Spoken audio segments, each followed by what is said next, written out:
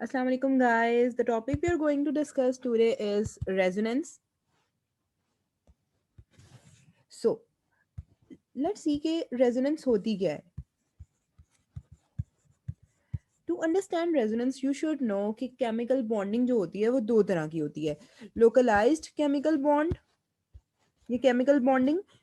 Second is delocalized chemical bonding. दोनों में difference क्या है कि जो localized chemical bonding होती है उसमें जो chemical bond है, ठीक है, like कोई भी two atoms के बीच में वो लोकलाइज्ड होता है. क्या मतलब है? देखो बॉन्ड क्या होता है. What is bond? बॉन्ड क्या है? Just a pair of electrons. A pair of electrons between two atoms. When this electron is electron density यानी कि इलेक्ट्रॉन जो है वो कंसंट्रेटेड रहते हैं बिटवीन टू एटम्स, तो वहां पर वो जो यानी कि उनकी पोजीशन कहाँ है वो हमेशा लोकलाइज्ड है, वो हमेशा कंसंट्रेटेड है between these two atoms, that is carbon and hydrogen in this case. तो इस केस में जब उनकी कंसंट्रेशन इन्हीं दो एटम्स के बीच में रहेगी तो they are not going to leave their position. जबकि डीलोकलाइज्ड केमिकल बॉन्डिंग में क्या होता है कि ये delocalised chemical bonding is present in conjugated system. अब कॉन्जुगेटेड सिस्टम क्या है? ऐसा सिस्टम जिसमें एटलीस्ट थ्री एटम्स के पी ऑर्बिटल्स जो हैं वो अलाइनमेंट में हों. ठीक है, अलाइनमेंट का क्या मतलब है? सेम प्लेन में हो. अब इसमें क्या है कि इसमें जो पाई इलेक्ट्रॉन्स हैं वो पाई इलेक्ट्रॉन्स, आपको पता है कि पाई इलेक्ट्रॉन्स कब केमिकल बॉन्ड बनाते हैं? अगर आपके पास डबल बॉन्ड है या ट्रिपल बॉन्ड है, इन दैट केस जो one is sigma and other is pi. इस केस में one sigma and two are pi bonds. तो अब पाई बॉन्ड कब बन रहा है? पाई पी ऑर्बिटल्स की ओवरलैपिंग से, यानी कि पी इलेक्ट्रॉन्स जो हैं उनकी शेयरिंग से. सो अब क्या हो रहा है इन केस ऑफ डीलोकलाइजेशन? जब भी इस तरह का केस सिनेरियो है कि आपके पास पी ऑर्बिटल्स जो हैं वो सिंगल प्लेन में अलाइनमेंट में प्रेजेंट हैं, तो अब इनकी ओवरलैपिंग इस तरह से, ये इसके साथ भी, ये जो दरमियान वाला है ये इसके साथ भी ओवरलैप कर सकता है वन वाले कार्बन की पी ऑर्बिटल के साथ, और थ्री वाले के साथ भी. इस तरह के केस सिनेरियो में क्या होता है कि आपके जो पाई इलेक्ट्रॉन्स हैं वो ओवरऑल द सिस्टम, पूरे थ्रू आउट द सिस्टम जो है वो मूव करते हैं. यानी कि अब बॉन्ड जो था, जो पाई बॉन्ड है वन और टू के बीच में लोकलाइज नहीं है. It can be present either between one and two और टू और three. So this kind of bonding is called delocalised chemical bonding. अच्छा, अब लेट्स मूव ऑन टू कि किस तरह, अभी तो मैंने आपके सामने पी ऑर्बिटल शो कर दिया. अब पॉइंट एस के क्या कंडीशंस हैं जब ये हो सकता है. So whenever double bond, single bond and double bond alternatively present हो, उस केस सिनेरियो में कॉन्जुगेशन होगी. ठीक है, other double bond, single bond, triple bond, double bond, single bond और charge, it can be positive or negative charge, either charge. Double bond, single bond and lone pair of electron. Double bond, single bond and free radical. Okay, these are the condition for conjugation. अब question arises कि हम लोग conjugation को detail में बाद में पढ़ते हैं, लेकिन फिलहाल हम लोग रेजोनेंस को पढ़ने से पहले why are we discussing conjugation. Conjugation और रेजोनेंस में डिफरेंस बहुत से स्टूडेंट्स मुझसे पूछते हैं, तो डिफरेंस क्या है इसको बहुत इजी वर्ड्स में अगर एक्सप्लेन किया जाए तो जो कॉन्जुगेशन होती है, कॉन्जुगेशन में आप ये कह सकते हो कि आपके पास पी ऑर्बिटल्स हैं. ठीक है, मैंने आपको बताया कि एटलीस्ट थ्री पी ऑर्बिटल्स जो हैं वो सिंगल प्लेन में प्रेजेंट हों. इन दिस केस सिनेरियो मैंने थ्री से ज्यादा बनाए हैं इसलिए कि अब ये क्या है, these are like a room. P orbital है ना, तो these are like a room. इसमें जो पाई इलेक्ट्रॉन्स हैं वो इनमें से किसी भी पी ऑर्बिटल में पाए जा सकते हैं. ठीक है, बिटवीन टू पी ऑर्बिटल्स कहीं पे भी वो पाए जा सकते हैं. सो अब कॉन्जुगेशन क्या है? कॉन्जुगेशन है कि this is like a space for pi electrons to be found in, like a space. ये क्या है? कॉन्जुगेशन क्या है, स्पेस है। अब रेजोनेंस क्या होती है, रेजोनेंस होती है कि कहाँ पर पाए जाते हैं, पोजीशन, यानी कि हम लोगों ने अब स्पेसिफाई कर दिया कि वो पाए इलेक्ट्रॉन्स कहाँ पाए जाते हैं, वो जहाँ पाए जाएंगे उससे हमें एक रेजोनेंस फॉर्म मिल जाएगी। If it is present between 1 and 2, then this is one resonance structure we get. But ठीक है, अब एक मिल गया, अगर वो 3 और 4 के बीच में है तो then we get an other resonance structure. तो इसको आप ये कह सकते हो कि कॉन्जुगेशन क्या है, कॉन्जुगेशन सिस्टम क्या है, कि like there are rooms, different rooms, और रेजोनेंस क्या है, उन रूम्स के अंदर डिफरेंट, उन रूम्स के अंदर इलेक्ट्रॉन की allotment. Now go back to localise and delocalise chemical bonding के दोनों में और फर्दर डिफरेंस क्या है, कि जब आपके पास लोकलाइज्ड केमिकल बॉन्ड है तो उस केस सिनेरियो में आप मॉलिक्यूल के स्ट्रक्चर को एक ही लोएस्ट स्ट्रक्चर से, one lowest structure can explain the structure of the molecule. But in case of delocalized chemical bonding, एक लोएस्ट स्ट्रक्चर आपके मॉलिक्यूल के केमिकल स्ट्रक्चर को डिस्क्राइब नहीं कर सकता। सो at least 2 or more than 2 lowest structures are required to explain the chemical structure. Next thing is कि अगर आपके पास मेन डिफरेंस जो इसके अंदर, कि हम लोग ये क्यों रिक्वायर है कि हम लोग जो है वो डीलोकलाइज केमिकल बॉन्डिंग के केस में मोर देन 2 लोएस्ट स्ट्रक्चर, जिनको हम रेजोनेंस स्ट्रक्चर कह रहे हैं, उसको स्टडी करें, तो उसकी रीजन क्या है कि in case of localised chemical bonding हम लोग हीट ऑफ ऑटोमाइजेशन जो है वो बॉन्ड एनर्जी से कैलकुलेट कर सकते हैं, but we can't calculate heat of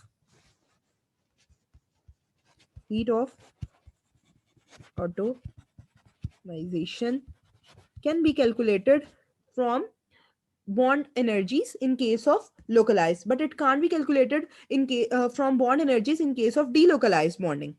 अच्छा, एक और चीज जो बहुत ज्यादा इंपॉर्टेंट है वो ये है कि in case of delocalised chemical bonding, यानी कि जब आपका मॉलिक्यूल का स्ट्रक्चर एक सिंगल लुईस स्ट्रक्चर से एक्सप्लेन नहीं हो सकता, उस केस में जो बॉन्ड लेंथ है, डायपोल मोमेंट है, बॉन्ड एनर्जीज हैं, ये सब चीज़ें जो हैं हम लोग ने जो प्रिडिक्ट की होती हैं वो एक्सपेरिमेंटल वैल्यू से डिफर करती हैं, जबकि इन केस ऑफ लोकलाइज्ड जो है bond length, dipole moment, spectral behaviour, यानी कि जो आपकी स्ट्रक्चरल स्टडीज होती हैं मॉलिक्यूल की वो, और बॉन्ड एनर्जीज जो हमने प्रिडिक्ट की होती हैं वो अप्रोक्सीमेटली जो होती हैं वही होती हैं जो एक्सपेरिमेंटल वैल्यूज शो करती हैं। ठीक है, so what is resonance? Let's write on the definition of resonance. This is the definition of resonance. Resonance क्या होती है?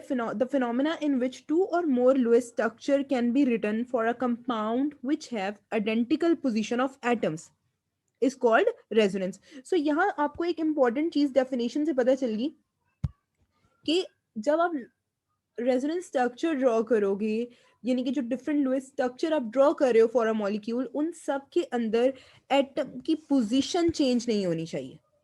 ठीक है, सिर्फ और सिर्फ पाई इलेक्ट्रॉन्स की पोजीशन चेंज हो रही है, पाई इलेक्ट्रॉन्स की डिलोकलाइजेशन हो रही है, एटम अपनी पोजीशन पर रहता है, वो अपनी पोजीशन चेंज नहीं करता। अगर एटम ने अपनी पोजीशन चेंज कर ली तो दैट मीन कि आप एक डिफरेंट स्ट्रक्चर ड्रॉ कर रहे हो, ना कि सेम स्ट्रक्चर का रेजोनेंस स्ट्रक्चर ड्रॉ कर रहे हो।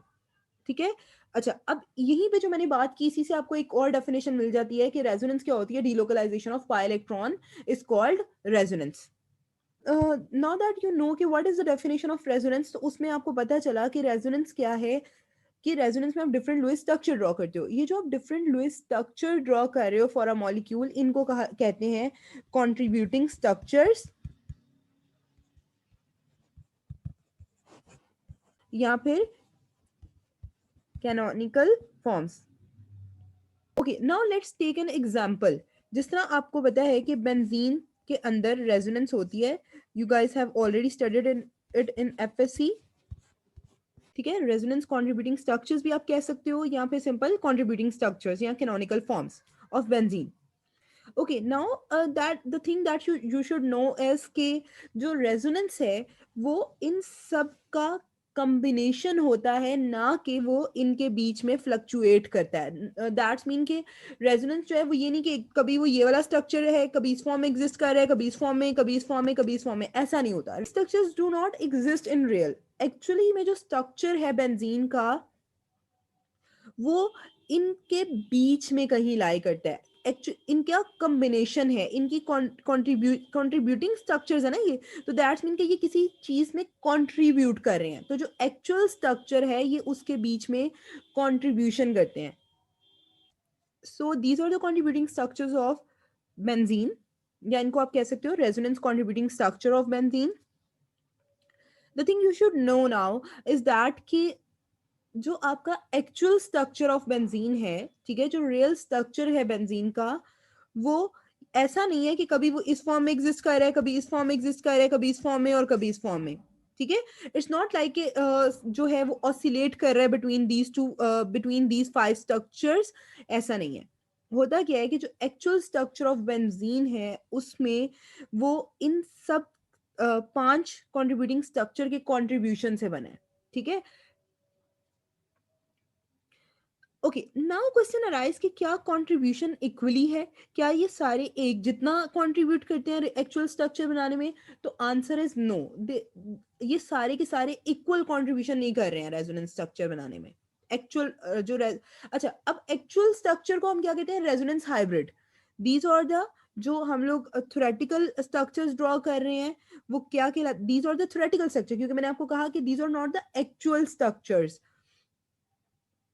सो these are called resonance contributing structures. और जो आपका एक्चुअल स्ट्रक्चर है बेंजीन का, या जो भी मॉलिक्यूल आप स्टडी कर रहे हो उसका, जिसके अंदर रेजोनेंस प्रेजेंट है, ठीक है, उसको हम कहते हैं resonance hybrid. There are some rules of resonance जिनका अगर आपको पता होगा तो आप किसी भी स्ट्रक्चर के, किसी भी मॉलिक्यूल के जिसके अंदर that require more than two Lewis structures to fully describe it, तो उस केस में अगर आपको ये रूल्स पता है तो then you can draw the resonance structures, resonance contributing structures yourself. So let's start the rules. First rule क्या है? ठीक है, द फर्स्ट रूल इज कि आपने जब भी रेजोनेंस स्ट्रक्चर ड्रॉ करने हैं, ठीक है, रेजोनेंस कंट्रीब्यूटिंग स्ट्रक्चर ड्रॉ करने हैं, तो they should be bona fide Lewis structures. For example, कि आपको पता है कि कार्बन जो है वो सिर्फ और सिर्फ 4 बॉन्ड्स बना सकता है। अगर आप कुछ ऐसा लुईस स्ट्रक्चर बना देते हो जिसके अंदर कार्बन जो है वो मोर देन 4 बॉन्ड्स बना रहा है, लाइक 5 बॉन्ड्स बना रहा है, तो दैट्स मीन कि आपने गलत रेजोनेंस कंट्रीब्यूटिंग स्ट्रक्चर ड्रॉ किया है। ठीक है, let's take an example. CH3 C double bond O negative, this is acetate ion. अब इसका रेजोनेंस स्ट्रक्चर ड्रॉ करते हैं। Okay, this arrow shows the movement of electrons. So जिस डायरेक्शन में इलेक्ट्रॉन्स मूव कर रहे हैं उस साइड पर आपका एरो हेड होगा। ठीक है। अच्छा, अब जब आपने इलेक्ट्रॉन्स की मूवमेंट शो की, अब उसके अकॉर्डिंग आप नेक्स्ट स्ट्रक्चर ड्रॉ कर दो। जब इलेक्ट्रॉन्स इनवर्ड मूव किए तो यानी कि यहाँ पर वो डबल बॉन्ड फॉर्मेशन में इन्वॉल्व हो गए, और यहाँ पर जो ऑलरेडी डबल बॉन्ड बना रहे थे ये मूव कर गए किस पर? ऑक्सीजन पर। So the contributing structure we get from these changes, CH3CO negative, double bond O। अच्छा, अब अब अगर आप लोग ऐसा करो कि इसको इनवर्ड मूव करवा दो, लेकिन इन वाले इलेक्ट्रॉन्स को ऑक्सीजन पे शिफ्ट ना करो, तो आपको क्या स्ट्रक्चर मिलेगा? CH3C double bond O double bond O। सो इस केस में अब आपका कार्बन कितने बॉन्ड बना रहा है? 5। This carbon is making 5 bonds, जो कि लुईस स्ट्रक्चर के अकॉर्डिंग करेक्ट स्ट्रक्चर नहीं है। So this is not a correct contributing resonance structure for acetate ion। तो अगर आपने ये किया तो आप गलत स्ट्रक्चर ड्रॉ कर रहे हो। तो when you are drawing the contributing structure, you should keep it in mind कि आपने उसको the structure you are drawing should be bona fide Lewis structure। So अगर आप इनको मूव करवा रहे हो तो you should move these electron on this oxygen। सो इसके अलावा ये तो हमने कार्बन की एग्जांपल देख ली, एक और एग्जांपल देख लेते हैं। अगर आप लुईस स्ट्रक्चर के अंदर ऑक्सीजन प्रेजेंट है, ठीक है, तो वी नो दैट कि ऑक्सीजन कितने बॉन्ड बनाती है, ऑक्सीजन मैक्सिमम 2 बॉन्ड्स बना सकती है। और अगर oxygen okay, let me draw the example acetic acid. अब एसिटिक एसिड की देखते हैं कि एसिटिक एसिड के रेजोनेंस स्ट्रक्चर्स जो हैं वो ड्रॉ हो सकते हैं या नहीं। ओके, ये आपके सामने स्ट्रक्चर है। अब मैंने आपको जो शुरू में कंडीशंस बताई थी, आप वो देखो, उसमें एक कंडीशन थी कि lone pair of electron, single bond and double bond alternatively present हो। तो इसमें double bond, then single bond और then lone pair alternatively present है। सो दैट्स मीन कि यहाँ पर रेजोनेंस का फिनोमेना होगा। तो जब आप ऑक्सीजन आपके स्ट्रक्चर में आ रहा है तो आपको क्या पता होना चाहिए कि ऑक्सीजन जब भी 2 बॉन्ड्स बना रहा है तो वो न्यूट्रल है। But if it is making 3 bonds,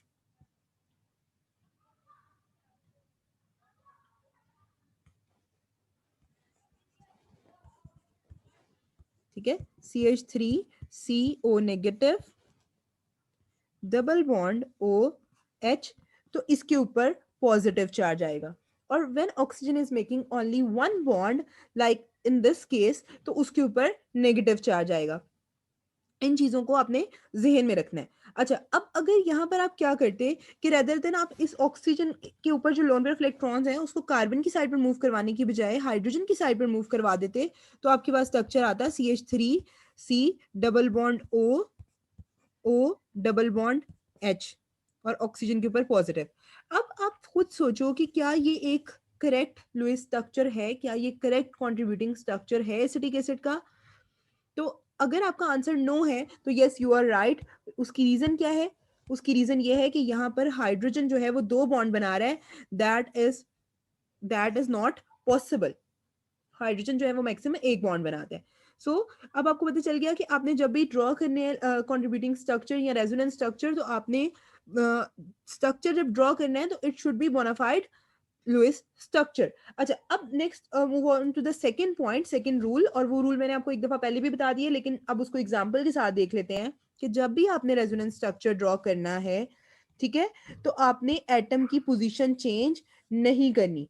atom must remain at the same position, ठीक है, atom must retain it position in all the contributing structures. अगर आप एटम की पोजीशन चेंज कर देते हो तो दैट्स मीन कि आपने उसका जो अपनी तरफ से कंट्रीब्यूटिंग स्ट्रक्चर बनाया है वो गलत है, वो उसका कंट्रीब्यूटिंग स्ट्रक्चर नहीं है बल्कि एक डिफरेंट मॉलिक्यूल है। Let's take an example. अगर आप CH3C double bond O CH2C double bond O C2H5 का कंट्रीब्यूटिंग स्ट्रक्चर बनाना चाहते हो, और आप क्या करते हो कि यहाँ से एक हाइड्रोजन आपने मूव करवा दिया ऑक्सीजन पर और ऑक्सीजन का बॉन्ड आपने शिफ्ट करवा दिया यहाँ। तो as a result of that आपके पास जो स्ट्रक्चर आएगा वो क्या होगा? CH3COH double bond CH C double bond O C2H5। अब आप देखो तो इसमें आप लोगों ने हाइड्रोजन जो एटम था उसकी पोजीशन चेंज कर दी, और पोजीशन चेंज करके वो ऑक्सीजन के पास चला गया। तो इस केस में क्या हुआ कि एटम की पोजीशन चेंज हो गई। जबकि हमने क्या पढ़ा कि कंट्रीब्यूटिंग स्ट्रक्चर जो होते हैं, resonance contributing structure, they should have the same position of atoms. तो this is not a resonance contributing structure, ये रेजोनेंस नहीं है। अच्छा, now move on to the third rule. Third rule के अकॉर्डिंग क्या होता है कि जो नंबर ऑफ अनपेयर्ड इलेक्ट्रॉन्स हैं वो सेम रहने चाहिए। यानी कि जो अनपेयर्ड नंबर ऑफ इलेक्ट्रॉन्स हैं, अगर किसी स्ट्रक्चर में कोई भी अनपेयर्ड इलेक्ट्रॉन नहीं था और आप कुछ इस तरह से स्ट्रक्चर ड्रॉ करते हो कि आपने अनपेयर्ड इलेक्ट्रॉन्स बना दिए, तो दैट्स मीन कि आपने एक गलत कॉन्ट्रीब्यूटिंग स्ट्रक्चर बनाया है।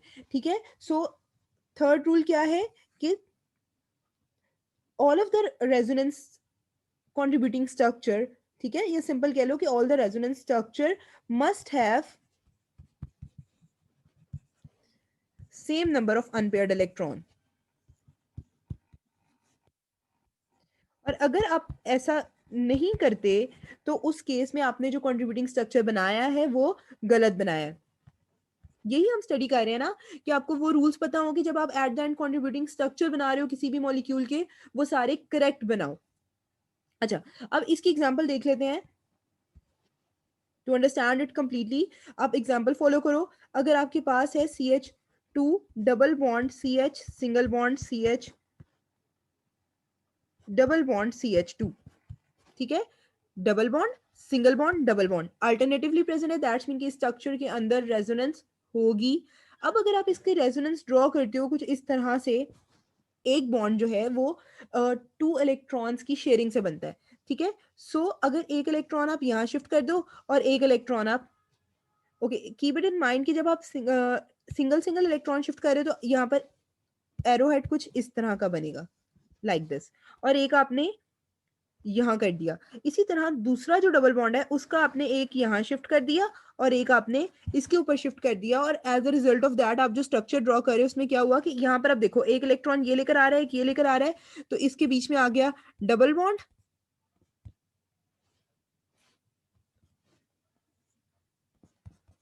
और CH2 जो साइड पर है उस CH2 के पास एक रेडिकल इधर चला गया और एक रेडिकल इधर चला गया, फ्री रेडिकल।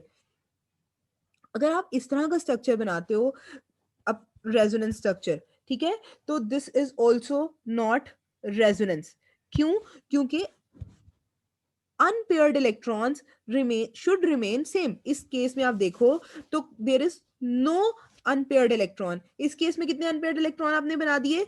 2। सो अनपेयर्ड इलेक्ट्रॉन्स जो हैं वो उनका नंबर सेम रहना चाहिए। अगर आप कोई ऐसा स्ट्रक्चर बना रहे हो जिसके अंदर आपको लगे आपका अनपेयर्ड इलेक्ट्रॉन्स जो हैं वो ज्यादा हो गए हैं या कम हो गए हैं, तो दैट्स मीन कि आपने एक गलत कंट्रीब्यूटिंग स्ट्रक्चर बनाया है, वो वहां पर ड्रॉ नहीं होगा।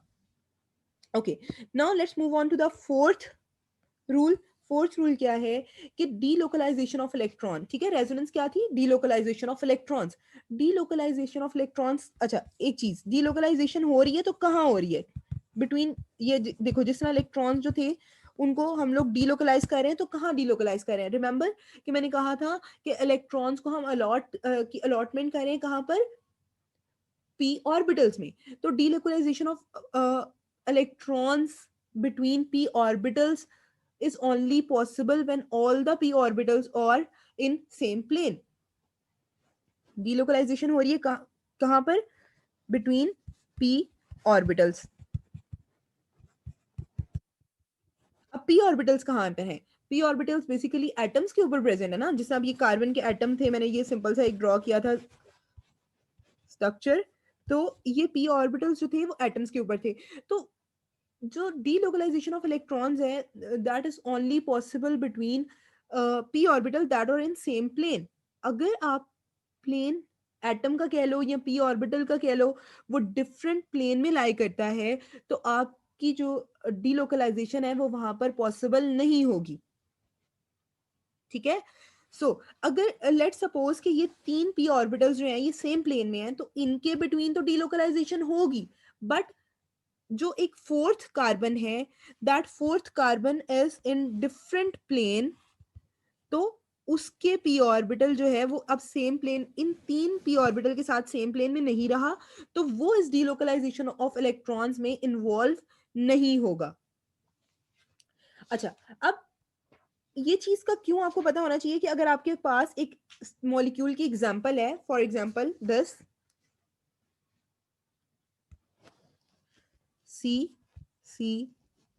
CH2,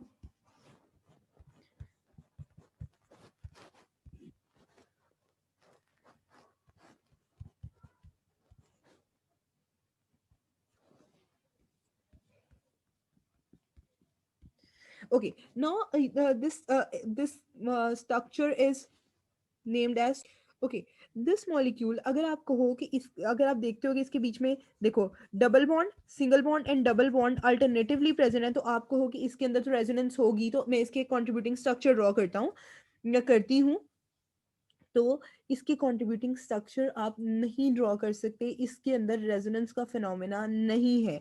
क्यों? क्योंकि ये जो तीनों डबल बॉन्ड सिंगल बॉन्ड और डबल बॉन्ड हैं, ये कैसे बने? क्यों? इसके पास भी p ऑर्बिटल था, इसके पास भी p ऑर्बिटल था, इसके पास भी p ऑर्बिटल था और इसके पास भी p ऑर्बिटल है, ठीक है, चारों कार्बन के पास p ऑर्बिटल है, क्योंकि देखो p ऑर्बिटल आपको कैसे पता है, क्योंकि ये पाई बॉन्ड फॉर्मेशन में इन्वॉल्व है, ये कार्बन भी और ये कार्बन भी, 1 2, तो दैट्स मीन कि इनके पास कौन सी हाइब्रिडाइजेशन हो रही है, sp2 हाइब्रिडाइजेशन। sp2 हाइब्रिडाइजेशन होने का क्या मतलब है कि इसके पास p ऑर्बिटल मौजूद है, ठीक है। इसी तरह इस वाले कार्बन के अंदर भी sp2 हाइब्रिडाइजेशन हो रही है और इसके अंदर भी sp2 हाइब्रिडाइजेशन हो रही है, तो दैट्स मीन कि चारों के चारों कार्बन के पास चारों के चारों कार्बन में sp2 हाइब्रिडाइजेशन है और चारों के चारों carbon they all have p orbital. अब अब क्वेश्चन अराइजेस कि क्या यहाँ पर रेजोनेंस होगी, तो उसका आंसर है नो। क्यों? क्योंकि चारों कार्बन्स के p ऑर्बिटल्स जो हैं वो सेम प्लेन में मौजूद नहीं। सो अभी भी मैंने आपको बताया कि delocalization among p orbitals require the presence of all the p orbitals in same plane. अगर वो सेम प्लेन में है तो यस डीलोकलाइजेशन ऑफ इलेक्ट्रॉन होगी, रेजोनेंस का फिनोमेना होगा। अगर वो डिफरेंट प्लेन में है तो डीलोकलाइजेशन जो का फिनोमेना नहीं होगा, रेजोनेंस नहीं होगी। इसी तरह एक और एग्जांपल है साइक्लो ऑक्टा टेट्राइन। उसका जो वो उसका स्ट्रक्चर आप देखो तो उसके स्ट्रक्चर के अंदर भी double bond single bond alternatively present है, बट वहां पर भी रेजोनेंस नहीं होती। उसकी रीजन क्या है कि उसका उसका मॉलिक्यूल जो है वो टब शेप है, ठीक है। अब अगर आप टब या ट्रे शेप देखो, ट्रे शेप भी आप कह सकते हो, आपके पास एक ट्रे है तो ट्रे में ये वाली एक डिफरेंट प्लेन में होता है और उसकी जो हैंडल्स हैं वो डिफरेंट प्लेन में होते हैं। सो दैट्स मीन कि ये पूरा का पूरा molecule different, it is not a not in single plane, ठीक है, it is a non planar structure. So एक प्लेन में नहीं है, इस वजह से इस स्ट्रक्चर के अंदर भी रेजोनेंस नहीं होगी। नाउ लेट्स सी के सिक्स रूल क्या कहता है। Six according to six rule जो रेजोनेंस हाइब्रिड है ये हमेशा जितने भी कंट्रीब्यूटिंग स्ट्रक्चर्स हैं उनसे ज्यादा स्टेबल स्ट्रक्चर होता है, ठीक है। अब जिस तरह हमने बेंजीन के जो है 5 कंट्रीब्यूटिंग स्ट्रक्चर देखे थे बेंजीन के, these five are the contributing structures of benzene and they all have some specific energy, ठीक है, इनकी एक स्पेसिफिक एनर्जी है। अब ये क्या है, the actual structure of benzene. अब एक्चुअल स्ट्रक्चर ऑफ बेंजीन जो है इसकी एनर्जी सारे के सारे कंट्रीब्यूटिंग स्ट्रक्चर्स की एनर्जी से कम होगी, ठीक है। लेट्स से कि ये जो फर्स्ट टू contributing structures हैं A and B, these two structures have the same energy and their energy is less than the less than the energy of these structures that are called दीवार structures। A और B की energy जो है वो बाकी structure से कम है, तो उनकी एनर्जी सबसे कम है इन कंट्रीब्यूटिंग स्ट्रक्चर्स, बट जो एक्चुअल स्ट्रक्चर है जो रेजोनेंस हाइब्रिड है उसकी एनर्जी A और B से भी कम होगी। आपको पता है कि जितनी एनर्जी कम हो उतना ही स्ट्रक्चर स्टेबल होता है। सो दैट्स मीन कि कंट्रीब्यूटिंग स्ट्रक्चर से ज्यादा स्टेबल होता है रेजोनेंस हाइब्रिड जो एक्चुअल स्ट्रक्चर होता है, ठीक है। अच्छा, अब एक चीज और आपको यहीं पर मैं बता दूं कि देखो अब कंट्रीब्यूटिंग स्ट्रक्चर्स और रेजोनेंस में क्या फर्क, रेजोनेंस हाइब्रिड में क्या फर्क होता है। जो कंट्रीब्यूटिंग स्ट्रक्चर्स होते हैं ना उनमें जो आपके आप जब कंट्रीब्यूटिंग स्ट्रक्चर्स ड्रॉ कर रहे हो तो उसमें अब ये जो पोजीशन है पाई इलेक्ट्रॉन्स की वो बिटवीन स्पेसिफिक एटम्स है, बिटवीन टू स्पेसिफिक एटम्स। ये let's suppose this is 1 and this is 2, तो यहाँ पर ये जो पाई इलेक्ट्रॉन्स हैं उनकी पोजीशन क्या है 1 और 2 के बीच में। इसी तरह जो ये वाला पाई इलेक्ट्रॉन्स हैं इनकी पोजीशन क्या है 3 और 4 के बीच में। यानी कि बिटवीन टू एटम्स जो है वो आप पाई इलेक्ट्रॉन्स को शो करते हो, आप उनकी position between two specific atoms show कर रहे हो इन कंट्रीब्यूटिंग स्ट्रक्चर्स। जबकि जो रेजोनेंस हाइब्रिड होता है उसमें आपके जो पाई इलेक्ट्रॉन्स होते हैं वो बिटवीन टू एटम्स नहीं होते, बल्कि different through out the different atoms वो डीलोकलाइज होते हैं, यानी कि आप उनकी specific position between two atoms जो है वो शो नहीं करते। ए और बी जो है उसकी एनर्जी कम है, तो जिसकी एनर्जी कम होती है उसकी कंट्रीब्यूशन टुवर्ड रेजोनेंस हाइब्रिड जो होती है वो ज्यादा होती है। अच्छा, जितनी ज्यादा कंट्रीब्यूशन होगी उसका मतलब है कि आपका जो रेजोनेंस हाइब्रिड है ना वो उतना ही ज्यादा उस स्ट्रक्चर से सिमिल मिलता जुलता होगा, उतना ही ज्यादा उससे सिमिलर होगा जितना उसकी कंट्रीब्यूशन होगी। इट्स लाइक कि अगर आप लोग ग्रीन और कि अगर आप ग्रीन और ब्लू कलर को मिक्स करो तो आपके पास येलोइश सा कलर आ जाता है, ठीक है। तो अगर आप जब मिक्सिंग कर रहे हो, तो अगर आप ब्लू कलर को ज्यादा मिक्स करोगे तो आपका जो एट द एंड रिजल्ट आएगा उसके अंदर ब्लूइश शेड ज्यादा होगा। अगर आप ग्रीन कलर की कंट्रीब्यूशन ज्यादा कर रहे हो तो एट द एंड आपका जो रिजल्ट आएगा उसके अंदर ग्रीनिश शेड ज्यादा होगा। इसी तरह कंट्रीब्यूटिंग स्ट्रक्चर भी जब कंट्रीब्यूट करते हैं at the end actual result में, एक्चुअल स्ट्रक्चर में, तो जिसकी जितनी ज्यादा कंट्रीब्यूशन होती है, आपका स्ट्रक्चर, आपका रेजोनेंस हाइब्रिड उससे उतना ही ज्यादा सिमिलैरिटीज रखता है।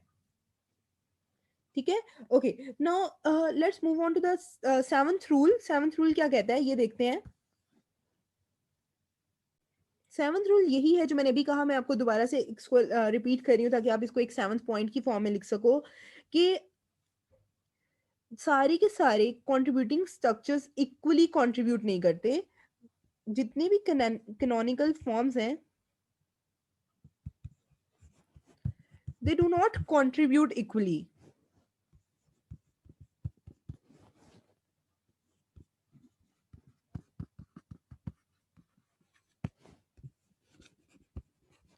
इक्वली कंट्रीब्यूट नहीं करती।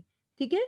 जो जितना ज्यादा स्टेबल कंट्रीब्यूटिंग स्ट्रक्चर होगा वो उतना ही ज्यादा कंट्रीब्यूट करेगा। इन अदर वर्ड्स वो उतना ही इंपॉर्टेंट कंट्रीब्यूटर होगा। ठीक है। जितना ज्यादा वो स्टेबल होगा, मोस्ट स्टेबल यानी कि of low energy contributing structure की बात करें कि जितना ज्यादा वो स्टेबल होगा, जितना ज्यादा वो लो एनर्जी रखता होगा, उतना ही ज्यादा वो इंपॉर्टेंट कंट्रीब्यूटर होगा।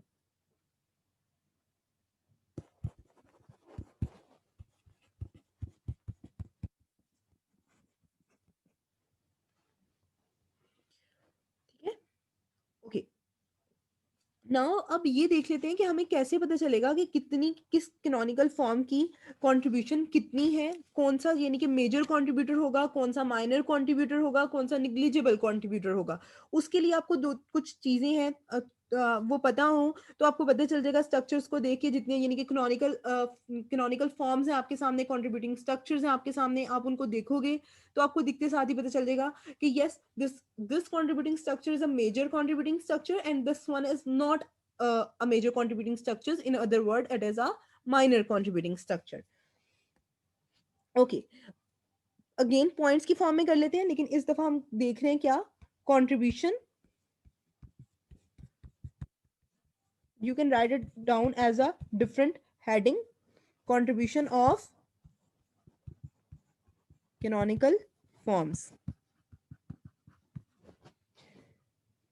ठीक है। अब इसको इस हेडिंग के अंदर हम क्या पढ़ेंगे कि कोई कौन सा कंट्रीब्यूटिंग स्ट्रक्चर जो है वो इंपॉर्टेंट कंट्रीब्यूटर है, हमें ये कैसे पता चलेगा। ओके, सो पॉइंट वन, जिस भी कंट्रीब्यूटिंग स्ट्रक्चर के अंदर कोवलेंट बॉन्ड ज्यादा होंगे वो उतना ही ज्यादा स्टेबल होगा। ठीक है। और वो उतना ही ज्यादा मेजर कंट्रीब्यूटर होगा।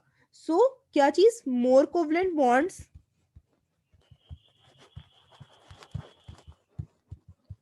मीन्स इंपॉर्टेंट कंट्रीब्यूटर या मेजर कंट्रीब्यूटर।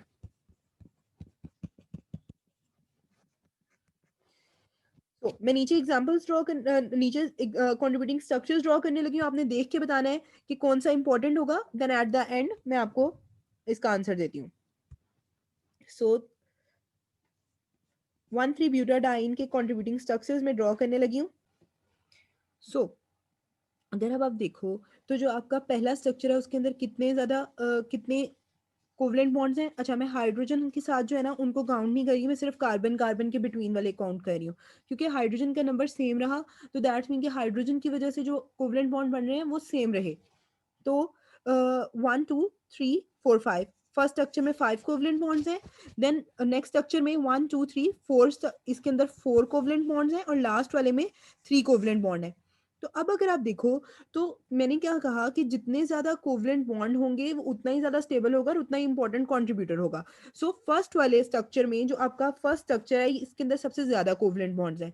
तो दैट्स मीन कि जो आपका रेजोनेंस हाइब्रिड होगा वो सबसे ज्यादा किसके साथ सिमिलैरिटी रखता होगा, इस स्ट्रक्चर के साथ, फर्स्ट स्ट्रक्चर के साथ, क्योंकि ये मेजर कंट्रीब्यूटर है।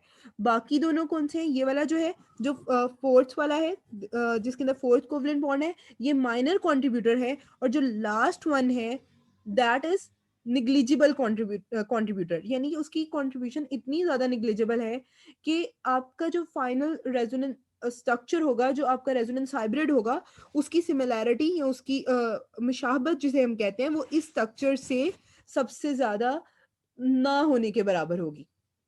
अच्छा, अब क्या हुआ कि आप देखो, इसी से मैं लेकर कंटिन्यू करके आपको नेक्स्ट पॉइंट पर लेकर चलूंगी कि पहले वाला स्ट्रक्चर न्यूट्रल स्ट्रक्चर है, जबकि जो आपने next structure resonance structure draw किया, ये जो आपने रेजोनेंस स्ट्रक्चर ड्रॉ किया है, जो कंट्रीब्यूटिंग स्ट्रक्चर ड्रॉ किया है, इसके अंदर चार्ज सेपरेशन हो गई है। ठीक है, तो अब यही हमने देखना है कि वो स्ट्रक्चर्स जिनके अंदर चार्ज सेपरेशन हो जाती है, वो एज कंपेयर टू न्यूट्रल के अनस्टेबल होते हैं। ठीक है, एज कंपेयर टू न्यूट्रल के वो स्ट्रक्चर्स अनस्टेबल होते हैं। और अभी आपको पता है कि मैंने कहा कि जो स्ट्रक्चर जितना ज्यादा स्टेबल होगा, उसकी उतनी ही ज्यादा कंट्रीब्यूशन होगी। तो इसी को अभी हम लोगों ने कोवलेंट बॉन्ड के हवाले से बात की ना, अब चार्ज सेपरेशन के हवाले से देख लो कि अगर आपके, सेकेंड पॉइंट क्या है कि अगर आपके कॉन्ट्रीब्यूटिंग स्ट्रक्चर के अंदर चार्ज सेपरेशन हो गई है, तो उसकी कंट्रीब्यूशन लेस होगी एज कंपेयर टू उस कंट्रीब्यूटिंग स्ट्रक्चर के जो न्यूट्रल है। एक न्यूट्रल स्ट्रक्चर और दूसरा कौन सा है जिसके अंदर चार्ज सेपरेशन हो गई है। ठीक है, कंट्रीब्यूटिंग स्ट्रक्चर की बात करें, जो न्यूट्रल कंट्रीब्यूटिंग स्ट्रक्चर है, it is going to be major contributor. और जो जिसके वो कंट्रीब्यूटिंग स्ट्रक्चर जिसके अंदर चार्ज सेपरेशन है, वो माइनर कंट्रीब्यूटिंग स्ट्रक्चर होगा as compare to neutral one के, या लेस कंट्रीब्यूटिंग का वर्ड भी आप यूज कर सकते हो माइनर की बजाय। ठीक है, अच्छा, अब चार्ज सेपरेशन जो है ना, वो फिर आगे से दो तरह की आ जाती है। अभी अभी जो आपने चार्ज सेपरेशन देखी, उस चार्ज सेपरेशन के रिजल्ट में आपके नंबर ऑफ कोवलेंट बॉन्ड कम हो गए थे। ठीक है, मैं चार्ज सेपरेशन को डिवाइड करने लगी हूँ टू टाइप्स में। वो चार्ज सेपरेशन जिसकी वजह से number of covalent bond decrease हो जाते हैं, वो चार्ज सेपरेशन जिसकी वजह से number number of covalent bond same रहते हैं,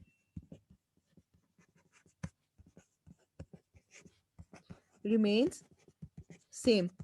तो अब क्वेश्चन आ जाते हैं, क्योंकि ये दो तरह के हैं, तो अब क्वेश्चन आ जाते हैं कि किस तरह की चार्ज सेपरेशन की वजह से। अब इनकी दोबारा देखा जाए तो ये वाला जो स्ट्रक्चर है जिसके अंदर नंबर ऑफ कोवलेंट बॉन्ड ज्यादा रहेंगे, हम ये कह सकते हैं कि इट इज, ये क्या है, न्यूट्रल वाला मेजर कॉन्ट्रीब्यूटिंग स्ट्रक्चर, जिसके अंदर चार्ज सेपरेशन हुई लेकिन number of covalent bond same रहे, उसको आप कह लो कि this is going to be important contributing structure, important contributor. जबकि जो नंबर ऑफ कोवलेंट बॉन्ड, जिस चार्ज सेपरेशन के रिजल्ट में नंबर ऑफ कोवलेंट बॉन्ड कम हो जाते हैं, that is going to be minor contributing structure. तो अब हम लोगों ने कंट्रीब्यूटर्स को किस तरह से डिवाइड कर दिया? Major contributing structure, important contributing structure, और देन कम्स माइनर और निग्लिजिबल। अच्छा, माइनर को भी कर लो और फोर्थ पे कैटेगरी कर दो निग्लिजिबल की। ठीक है, न्यूट्रल वन क्या है? Neutral structures or the major contributors, then comes important contributors। ठीक है, इंपॉर्टेंट कॉन्ट्रीब्यूटर्स कौन से? जिसमें चार्ज सेपरेशन हो रही है लेकिन नंबर ऑफ कोवलेंट बॉन्ड जो है वो सेम रह रहे हैं। फिर आता है माइनर कॉन्ट्रीब्यूटिंग स्ट्रक्चर्स या माइनर कॉन्ट्रीब्यूटर्स, वो कौन से हैं? जिसमें चार्ज सेपरेशन की रिजल्ट में नंबर ऑफ कोवलेंट बॉन्ड कम हो गए हैं। फिर माइनर से भी आगे अगर आप कॉन्ट्रीब्यूटर्स को कैटेगराइज करें तो फिर आ जाते हैं निग्लिजिबल वंस। ठीक है, ओके, निग्लिजिबल की एग्जांपल हम आगे फर्दर देखते हैं, पहले इसको एग्जांपल के साथ देख लेते हैं। इस सेकंड पॉइंट की मैं आपको अब एग्जांपल लिखवाने लगी हूँ। ठीक है, अभी अभी मैंने आपको पहले तो एक करवा दिया ना जिसमें चार्ज सेपरेशन की वजह से नंबर ऑफ कोवलेंट बॉन्ड कम हो गए हैं। CH2 double bond CH, oxygen के ऊपर 2 लोन पेयर ऑफ इलेक्ट्रॉन्स होते हैं, देन CH3। ओके, अब इसका अगर हम लोग ड्रॉ करें कंट्रीब्यूटिंग स्ट्रक्चर, तो वो कैसा होता है कि आपको पता है कि ऑक्सीजन के ऊपर जो number loan pair of electron है वो शिफ्ट करेगा इनवर्ड।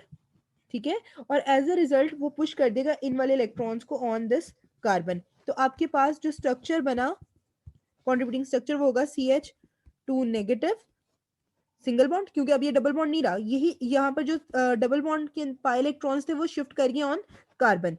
फिर CH double bond O CH3, oxygen के ऊपर एक लोन पेयर ऑफ इलेक्ट्रॉन रहेगा, और आपको पता है ऑक्सीजन जब 3 बॉन्ड बनाए तो उसके ऊपर आ जाता है पॉजिटिव चार्ज।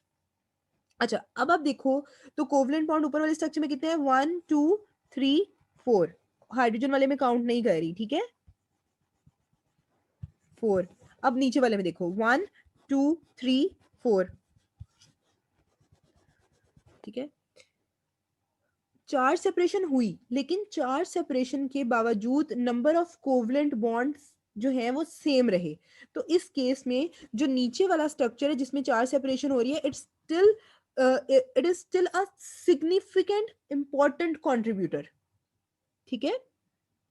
अच्छा, okay, now let's move on to the third point. Third point जो है उसमें ये है कि आपका जो ऐसे एटम जो एक दूसरे से एडजेसेंट हो और उनके ऊपर लाइक चार्जेस हो, ठीक है। तो ऐसा स्ट्रक्चर निग्लिजिबल, क्योंकि वो हाईली अनस्टेबल होता है, इस वजह से उसकी जो कंट्रीब्यूशन है वो निग्लिजिबल होती है, ठीक है। ऐसा स्ट्रक्चर जिसके अंदर टू एडजेसेंट एटम पर एक जैसे चार्जेस हों, सो structures with like charges on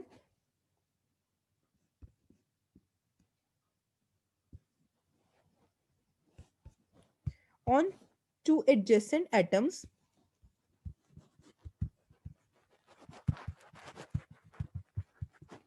या फिर जो एडजेसेंट एटम्स हैं उसमें फर्दर क्या हो सकता है कि वो एटम भी एक ही जैसे हों, ठीक है।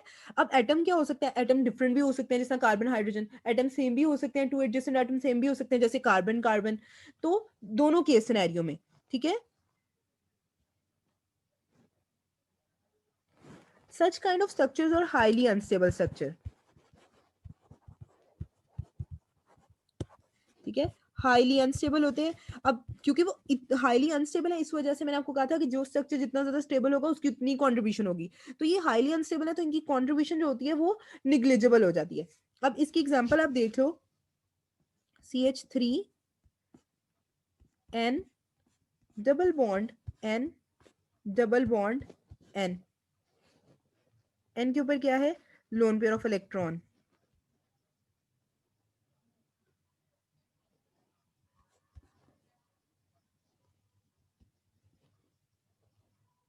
Okay. This in this structure इसके अंदर भी रेजोनेंस होगी। अब क्या होता है, आप ड्रॉ करके देखो, ये वाले इलेक्ट्रॉन्स इनवर्ड मूव करेंगे और एज अ रिजल्ट ये वाले इलेक्ट्रॉन्स मूव कर जाएंगे ऑन दिस नाइट्रोजन। तो आपके पास स्ट्रक्चर आएगा CH3N, N के ऊपर negative charge, single bond N, triple bond N, ठीक है। अच्छा, अब इसके ऊपर नेगेटिव और 4 बॉन्ड बना रहे हैं तो इसके ऊपर आ जाएगा पॉजिटिव चार्ज, और लास्ट वन के ऊपर अब वो न्यूट्रल है, पहले भी न्यूट्रल था अब भी वो न्यूट्रल है। अच्छा, ओके, अगर आप अब इसकी कंट्रीब्यूटिंग स्ट्रक्चर कुछ इस तरह से ड्रॉ करो, ये वाले इलेक्ट्रॉन्स इनवर्ड मूव किए, यहाँ से ये वाले इलेक्ट्रॉन्स भी यहाँ मूव कर गए, और इसका जो अब क्योंकि ये ट्रिपल बॉन्ड है ना, तो एक पाई बॉन्ड जो है वो शिफ्ट कर गया इधर इसके बीच में, और एक पाई बॉन्ड शिफ्ट कर गया इस नाइट्रोजन पर। तो as a result of that आपके पास जो कंट्रीब्यूटिंग स्ट्रक्चर आएगा वो होगा CH3N ट्रिपल बॉन्ड N। अब क्योंकि ये नाइट्रोजन 4 बॉन्ड बना रहा है इसके ऊपर आ गया पॉजिटिव चार्ज, और यहाँ पर ये वाला नाइट्रोजन भी 4 बॉन्ड बना रहा है इसके ऊपर भी आ गया पॉजिटिव चार्ज, और लास्ट वाली नाइट्रोजन के ऊपर लोन पेयर एक पेरिस था, एक उसके ऊपर अब शिफ्ट हो गया, उसके ऊपर आ जाएगा नेगेटिव चार्ज। अब आप देखो, टू एडजेसेंट एटम्स पर, ये वाले नाइट्रोजन पर और ये वाले नाइट्रोजन पर, टू एडजेसेंट नाइट्रोजन पर सेम लाइक चार्जेस हैं, एक जैसे चार्जेस हैं। तो इस तरह का स्ट्रक्चर हाईली अनस्टेबल स्ट्रक्चर होता है और उसकी contribution toward resonance hybrid जो होती है वो निग्लिजिबल होती है।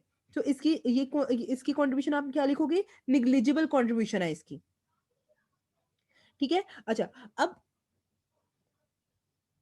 सेकेंड लास्ट रूल क्या कहता है, फोर्थ पॉइंट क्या है कि आपके पास जो नेगेटिव चार्ज है अगर वो मोर इलेक्ट्रोनेगेटिव एटम पे प्रेजेंट है तो आपका स्ट्रक्चर स्टेबल स्ट्रक्चर होगा। ठीक है, यानी कि अगर आपके पास ऐसा स्ट्रक्चर है, ठीक है, कार्बन और नाइट्रोजन, अगर कार्बन और नाइट्रोजन के बीच में हम बात करें तो अगर आपके इलेक्ट्रॉन्स यानी कि नेगेटिव चार्ज नाइट्रोजन पर है, ठीक है, और एक स्ट्रक्चर ऐसा है जिसमें आपके पास नेगेटिव चार्ज कार्बन पर है, तो दोनों में से मोर इलेक्ट्रोनेगेटिव कौन सा है, नाइट्रोजन।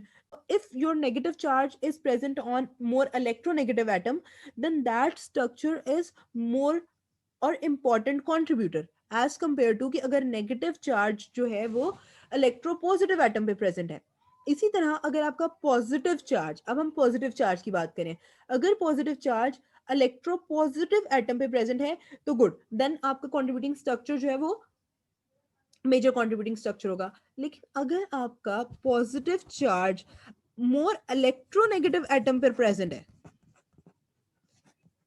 तो देन आपका स्ट्रक्चर अनस्टेबल स्ट्रक्चर होगा और that will leads to less contribution of that contributing structure. Example देखते हैं अब इसकी,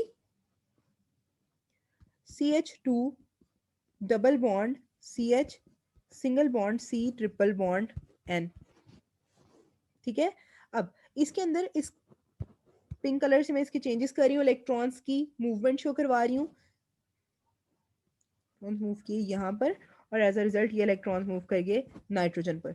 तो आपके पास resonance CH2 positive, CH double bond C, double bond N और N के ऊपर आ जाएगा नेगेटिव। ठीक है, अच्छा, अगर अब आप इसकी जो मूवमेंट है इलेक्ट्रॉन्स की वो कुछ इस तरह से करवाते,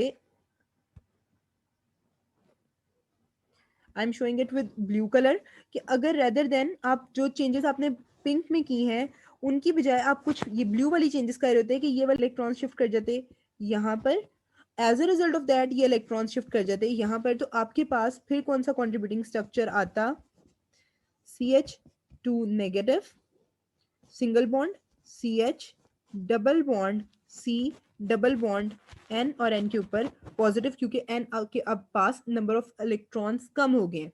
ठीक है, अब यहाँ पर जो पॉजिटिव चार्ज है वो पॉजिटिव चार्ज अब नाइट्रोजन पे तब भी शो करती हो जब वो 4 बॉन्ड बना रहा होता है, ठीक है, और तब भी शो करती हो जब उसके पास नंबर ऑफ इलेक्ट्रॉन्स जो है वो अब कम हो गए। ओके, क्योंकि फोर, जब आप उस बेसिकली नाइट्रोजन 4 बॉन्ड बना रहा होता है ना उसके पास तब भी नंबर ऑफ इलेक्ट्रॉन्स कम हो जाते हैं क्योंकि अब वो शेयर करने लग जाता है। अच्छा, अब आपके पास देखो तो एक स्ट्रक्चर, वो कॉन्ट्रीब्यूटिंग स्ट्रक्चर वो है जिसके अंदर जो नेगेटिव चार्ज है वो मोर इलेक्ट्रोनेगेटिव एटम यानी कि नाइट्रोजन पर है, और एक वो स्ट्रक्चर है जिसमें negative charge less electronegative atom पर है, दिस वन। ठीक है, लेस इलेक्ट्रोनेगेटिव एटम पर है और मोर इलेक्ट्रोनेगेटिव एटम पर नेगेटिव चार्ज है। तो अभी मैंने कहा कि आपका जो नेगेटिव चार्ज है ये मोर इलेक्ट्रोनेगेटिव एटम पर हो तो आपका स्ट्रक्चर स्टेबल होगा और मोर कंट्रीब्यूटिंग होगा। सो दैट्स मीन कि अब इनमें से आपने बताना है कि इन तीनों स्ट्रक्चर्स में सबसे ज्यादा कंट्रीब्यूटिंग कौन है, तो मोस्ट इंपॉर्टेंट कंट्रीब्यूटर कौन है, मैं नंबर वाइज बता रही हूँ, वन, दिस वन। फिर क्योंकि इसमें चार्ज सेपरेशन होगी, नंबर ऑफ बॉन्ड्स 1 2 3 4 5 6, पहले वाले में 6 है, 1 2 3 4 5, क्योंकि सेकंड स्ट्रक्चर में चार्ज सेपरेशन के साथ नंबर ऑफ कोवलेंट बॉन्ड कम हो गए हैं, एक पहले में 6 था अब 5 कोवलेंट बॉन्ड हो गए हैं, तो कंट्रीब्यूट ये भी कर रहा है लेकिन न्यूट्रल की निस्बत कम कर रहा है। So first one is the most important contributor, then second one, और जो आपका लास्ट स्ट्रक्चर है उसकी कंट्रीब्यूशन निग्लिजिबल होगी क्योंकि उसके अंदर मोर इलेक्ट्रोनेगेटिव एटम पर पॉजिटिव चार्ज आ गया और लेस इलेक्ट्रोनेगेटिव एटम पर नेगेटिव चार्ज आ गया। ठीक है, ओके, अब लास्ट पॉइंट जो है वो लास्ट रूल कह लो, लास्ट पॉइंट कह लो, उसके अकॉर्डिंग अब क्या है कि आप वो कंट्रीब्यूटिंग स्ट्रक्चर्स जिनकी बॉन्ड लेंथ, ठीक है, जिनकी बॉन्ड लेंथ और बॉन्ड एंगल्स जो हैं वो आपके रेजोनेंस हाइब्रिड से करीब तरीन है यानी कि मोस्ट सिमिलरिटी रखती हैं, वो मेजर कंट्रीब्यूटर्स होते हैं। अब बेंजीन के 5 स्ट्रक्चर्स मैंने आपको बताए थे, दीज 3 स्ट्रक्चर्स, इनके बॉन्ड लेंथ और बॉन्ड एंगल जो फाइनल हमारे पास resonance structure, resonance hybrid structure आता है उससे उससे लेस सिमिलर होते हैं। अच्छा, अब कैसे पता चलता है कि जब हमारे पास, अभी मैंने आपको कहा कि इसकी हम लोगों ने वैल्यूज बॉन्ड लेंथ और बॉन्ड एंगल्स प्रिडिक्ट किए, जो पांचों स्ट्रक्चर है A B C D and E, ठीक है, A B C and C D and E, इन कॉन्ट्रीब्यूटिंग स्ट्रक्चर्स के हम लोगों ने बॉन्ड लेंथ और बॉन्ड एंगल प्रिडिक्ट कर लिए, ठीक है। उसके बाद जो हमारे पास एक्चुअल रेजोनेंस स्ट्रक्चर होता है, हमने वाया एक्सपेरिमेंटेशन उसकी वैल्यूज फाइंड आउट की कि उसकी बॉन्ड, एक्सपेरिमेंटल स्टडीज कह सकते हो आप, ठीक है, हमने उसके ऊपर एक्सपेरिमेंटल स्टडीज की और हमने वैल्यूज फाइंड आउट की कि उसका बॉन्ड लेंथ और उसका बॉन्ड एंगल क्या है। अब हमारे पास 5 स्ट्रक्चर्स की, 5 कंट्रीब्यूटिंग स्ट्रक्चर्स की जो है वो क्या है, प्रिडिक्टेड वैल्यूज हैं। अब जिसकी प्रिडिक्टेड वैल्यूज आपकी कंट्रीब्यूटिंग स्ट्रक्चर्स की प्रिडिक्टेड वैल्यूज जो हैं वो सबसे ज्यादा सिमिलैरिटी रखती हैं जो आपके रेजोनेंस हाइब्रिड जो एक्सपेरिमेंटल स्टडीज से हमारे पास वैल्यू आई, ठीक है, जो उसके करीब तरीन होंगी वो मेजर कंट्रीब्यूटर्स होंगे। तो जब हम लोगों ने ये स्टडी किया तो जो रेजोनेंस स्ट्रक्चर्स बेंजीन के, ये ए और बी रेजोनेंस स्ट्रक्चर्स है, कूल रेजोनेंस स्ट्रक्चर्स कहलाते हैं, कंट्रीब्यूटिंग स्ट्रक्चर्स कहलाते हैं, उनके बॉन्ड एंगल और उनकी बॉन्ड लेंथ क्लोजेस्ट थी with experimental studies of resonance hybrid of benzene. तो हमें पता चला कि ये मेजर कंट्रीब्यूटर्स हैं और जो बाकी के तीनों हैं, ठीक है, वो लेस कंट्रीब्यूटर हैं। अब इनकी कंट्रीब्यूशन की वैल्यू भी मैं आपको बता देती हूँ एमसीक्यूज के हवाले से।